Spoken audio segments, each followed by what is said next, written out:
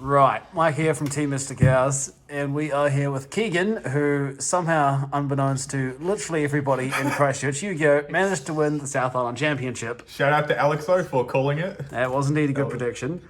What were you playing today? We played some Unga Bunga Dinos because I felt like it was a strong deck that I could play and didn't require too much practice. I only took it to locals the day before the actual event, and with probably less than 10 hours online testing with my teammates, so did pretty well considering. And yeah. Any shout outs before we get into the profile? Shout out to Isaac for lending me basically all the dinos in the deck, and I only own the hand traps and that's about it. And yeah, shout out to teammates I tested with, shout out to Thomas for good finals, and shout out to everyone that showed up. Nice. And yeah, we'll get into the profile. Alright, cool. So we'll go over main deck. We play 3 Overraptor. This is normal summon search on crack, because being able to pop babies as well is also kind of stupid. And then the main reason you play this deck is Misc, because your dinos being unaffected by your opponent's active effects is stupid. If this guy was around when Dinosaurs were around, we'd still be living with them. And yeah, and this is the main reason you play this deck. Played it a lot against some Zoo decks who just made Zeus, and this kind of just laughs in Zeus's face. Yep. Baby lineup was 3 baby Ceratosaurus, 1 petite. I think this is the correct ratio of babies.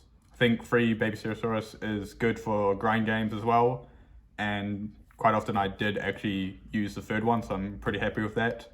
I didn't miss the 2nd petite at all though, so I think 1 petite is fine.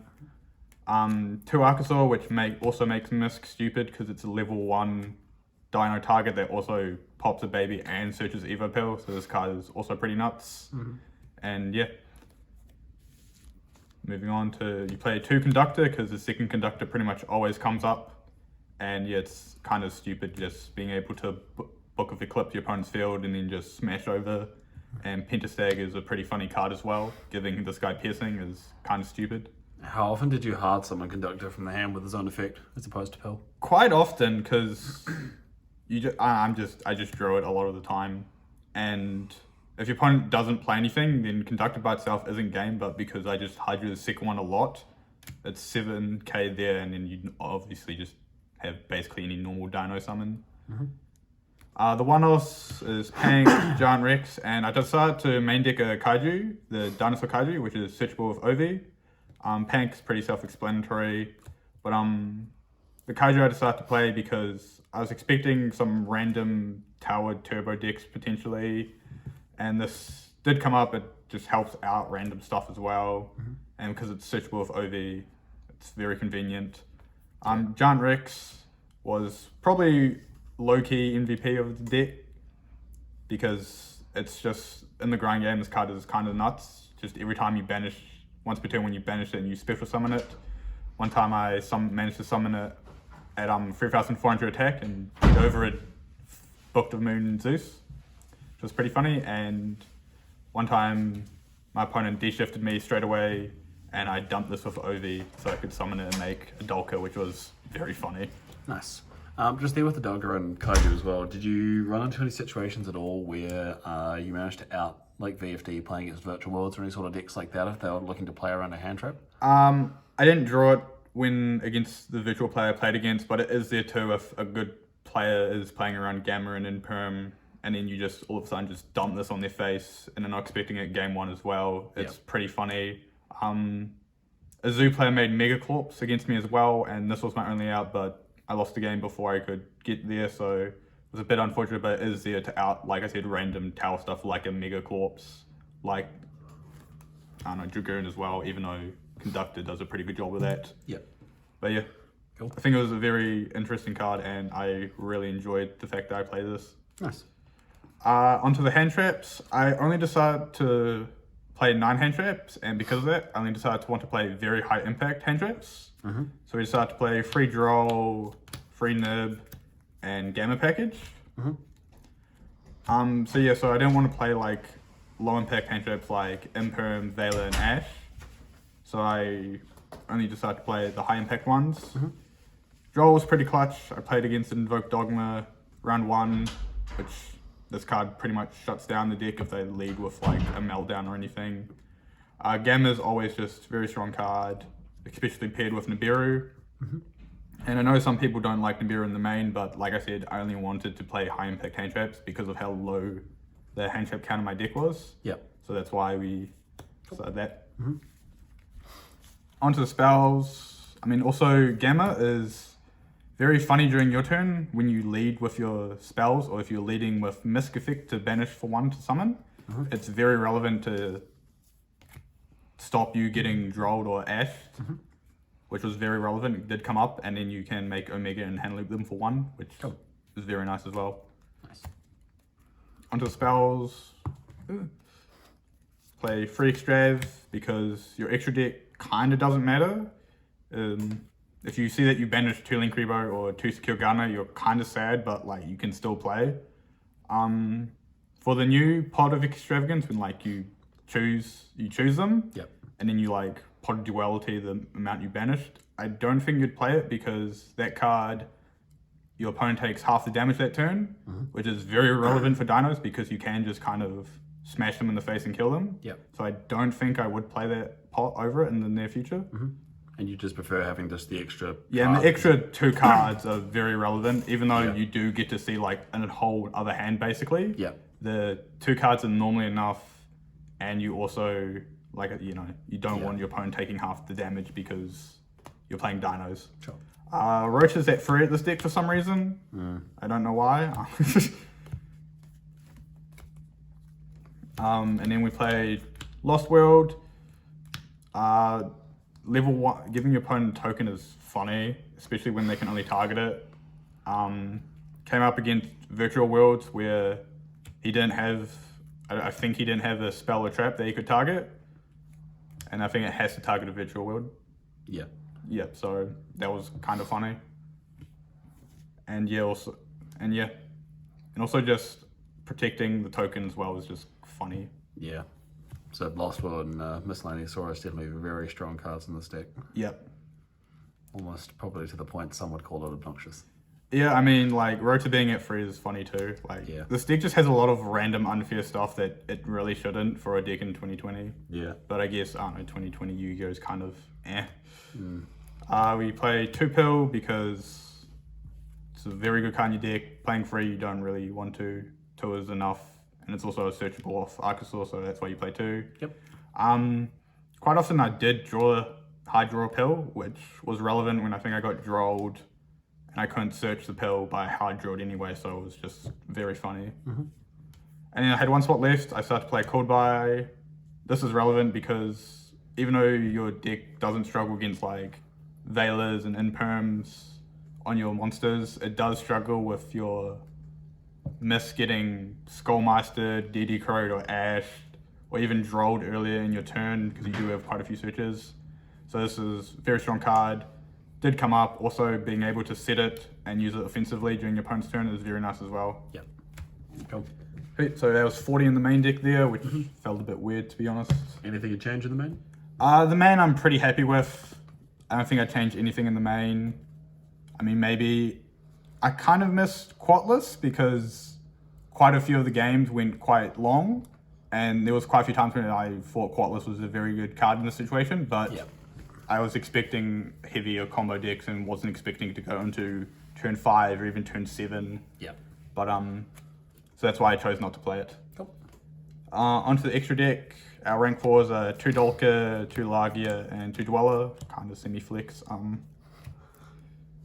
So these are your rank 4s. You mainly blind Dolka into every matchup.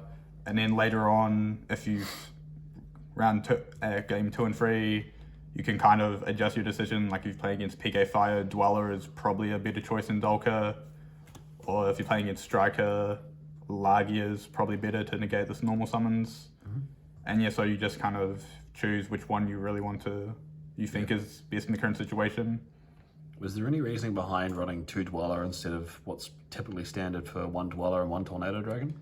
I found Tornado, I wasn't expecting too many heavy back row decks, to be honest, and I thought that Dweller is if there's a matchup that I want Dweller, I really don't want to banish the one of.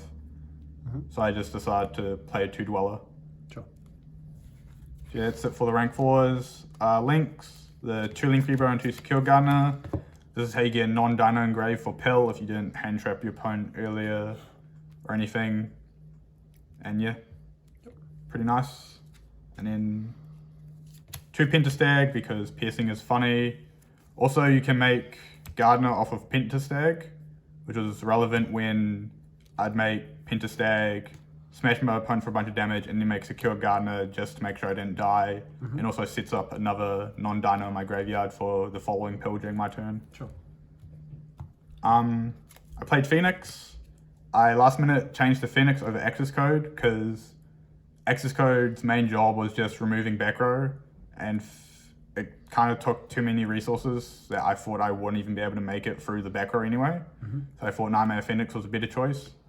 And it did come up, it did win me a game over Access Code, so I'm happy I made the quick decision to switch. Nice. And then this is Maximus Targets. I mean, yeah.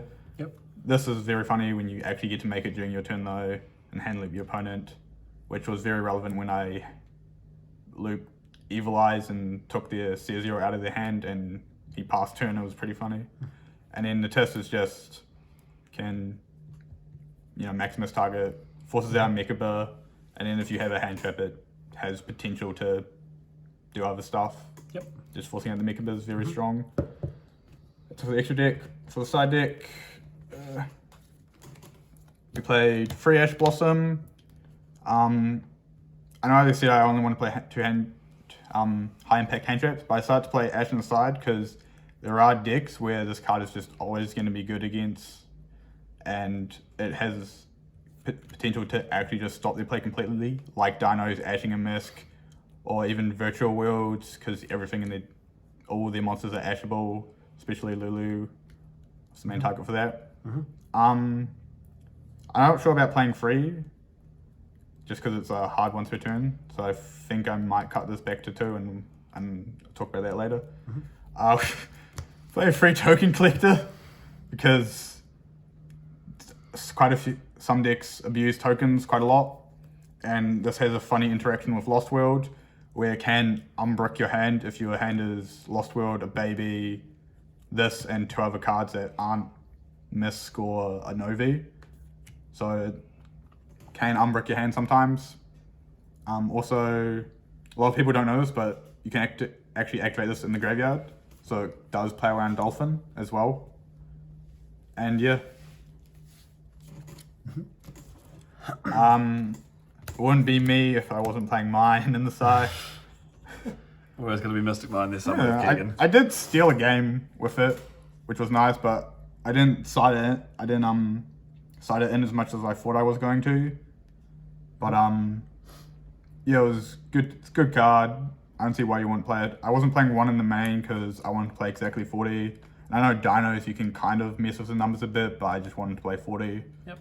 And so yep. I had 1 spot left, so I decided to throw in a Mind Control.